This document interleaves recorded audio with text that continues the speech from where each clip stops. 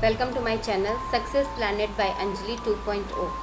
आज के इस वीडियो में मैं भारत में खाद्य सुरक्षा का आखिरी टॉपिक यानी कि सहकारी समितियों का खाद्य सुरक्षा में जो भूमिका होती है उसे एक्सप्लेन करने वाली हूँ। इसके साथ ही आपका ये चैप्टर ख़त्म हो जाएगा। जिन लोगों ने मेरे पुराने वीडियोस को नहीं देखा है वो लोग मेरे पुराने वीडियोस को देखकर और इस चैप्टर को पूरा एक साथ भी समझ सकते हैं। ओके, तो हम स्टार्ट करते हैं। सहकारी समितियाँ, यहाँ पे मैंने सरकारी नहीं सहकारी समितियाँ कहा है। ये सहकारी समितियाँ जो होती हैं वो निर्धन लोगों को अन्न की पूर्ति या उनकी उपलब्धता करवाने में मदद करती हैं। ये गैर सरकारी होती हैं और ये ज़्यादातर कम मूल्य वाली दुकानों को चलाने का काम करती हैं। ये सरकार के बिहाफ पे काम करती हैं।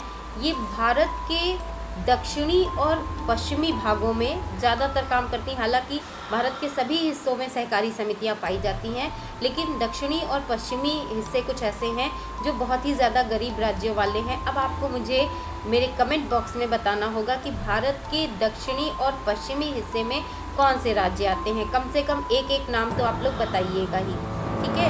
और जो लोग ये नाम बताएंगे मैं उनका नाम अगले वीडियो में ज़रूर लूँगी, जैसे मैंने लास्ट वीडियो में अमित का नाम लिया था। तो सहकारी समितियां जो हैं वो जैसे कि तमिलनाडु में सहकारी समिति जो काम करती है वो लगभग वहाँ पे पाई जाने वाली 94% राशन की दुकानों को चलाने का काम करती है। इसी तरह से दिल्ली में जो मदर डेयरी है वो लोगों को दूध और सब्जियां प्रोवाइड कराती है।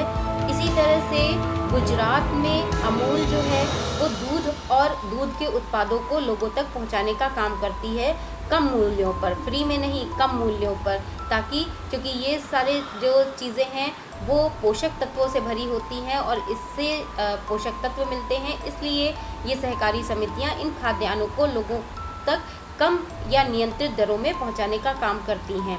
तो ये तो मैंने आपको कुछ हिस्से बता दिए। इसी तरह से ये सरकारी समितियां महाराष्ट्र में बहुत ज़्यादा काम कर रही हैं। वहाँ पे अन्न बैंकों को खुलवाने का काम कर रही हैं।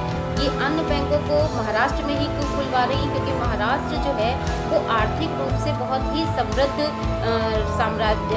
राज्य माना जाता है। तो वहाँ पर ये जो सहकारी समितियां हैं वो उन लोगों को जो काम की तलाश में वहाँ जाते हैं लेकिन निर्धनता की रेखा के नीचे अपना जीवन व्यतीत कर रहे हैं, उन लोगों तक अन्न की सुरक्षा पहुँचाने के लिए कोशिश कर रही है। इसमें काम कर रही है एकेडमी ऑफ डेवलपमेंट साइंस, ठीक है। तो ये एकेडमी ऑफ डेवलपमेंट साइंस यानी कि एडीएस जो है वो बहुत सारे अन्न बैंकों को खुलवा रही है और लोगों को प्रशिक्षित कर रही है कि किस तरह से इन अन्न बैंकों का रखरखाव किया जाए, उनकी बचत की जाए और लोगों तक उसको किस तरह से नियंत्रित रूप में पहुंचाया जाए। तो इस तरह से सहकारी समितियां निर्धन लोगों को कम मूल्यों पर अनाज उपलब्ध कराती हैं। ये तो मैंने आपको इनकी भूमिका समझा दी। अब अगर हम पूरे चैप्टर के कंक्लूजन की बात करें तो खाद्य सुरक्षा क्या होती है? खाद्य सुरक्षा होती है कि लोगों तक पोषक तत्वों की से भरे हुए भोजन को पहुंचाने की उपलब्धता, उन तक उसकी पहुंच होनी चाहिए। इसी को खाद्य सुरक्षा कहते हैं। और खाद्य सुरक्षा के लिए कौन से ऐसे जगह हैं जहाँ पे खाद्य सुरक्षा की ज़रूरत होती है? वो लोग असुरक्षित होते हैं जो लोग ऐसे राज्यों में रहते हैं जहाँ पर भुखमरी रहती है या जहाँ पर अकाल पड़ते रहते, आपदाएं आती रहती है। तो निर्धनता रेखा से नीचे रहने वाले तो बहुत से लोग ऐसे हैं जो खाद्य असुरक्षित हैं, लेकिन कभी कभी संपन्न लोग भी जो होते हैं वो भी खाद्य असुरक्षित हो जाते हैं। क्यों? क्योंकि जब कभी भी आपदाएं आती हैं तो ऐसे लोगों को भी असुरक्षित समूह में ही रखा जाता है। इसके अलावा उन राज्यों में जहाँ पे बहुत गरीबी है और जहाँ पर जनजातियाँ या सुदूर क्षेत्रों में लोग रहते हैं उन लोगों तक खाद्य की सुरक्षा को पहुँचाने का काम ही खाद्य सुरक्षा कहलाता है। इसके अलावा भारत सरकार ने इसके लिए बहुत से काम किए, बहुत सी योजनाएं चलाई, जैसे बफर स्टॉक और सार्वजनिक वितरण प्रणाली का प्रयोग किया।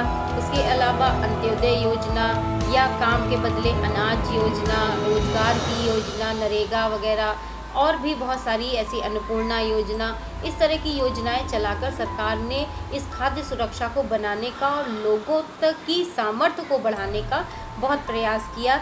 इस तरह से ये मैंने आपको पूरा चैप्टर आपको एक्सप्लेन कर दिया। इसमें सहकारी समितियां भी बहुत ज़्यादा भूमिका निभाती हैं। आई थिंक आपको मेरा ये एक्सप्लेनेशन समझ में आ गया होगा। इसी के साथ आपका ये चैप्टर ख़त्म हो गया है। जिन लोगों ने अभी तक मेरे चैनल को सब्सक्राइब नहीं किया है वो लोग सब्सक्राइब कर लें और पूरे सारे वीडियोस देखकर आप पूरे इस चैप्टर को अच्छे से समझ सकते हैं, क्योंकि मैंने कई पार्ट्स में इसको एक्सप्लेन किया है।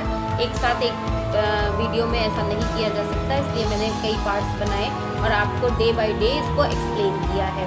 तो सभी लोग लाइक ज़रूर करें, कमेंट करें और कमेंट में मुझे मेरे क्वेश्चन का आंसर ज़रूर दें। Thank you.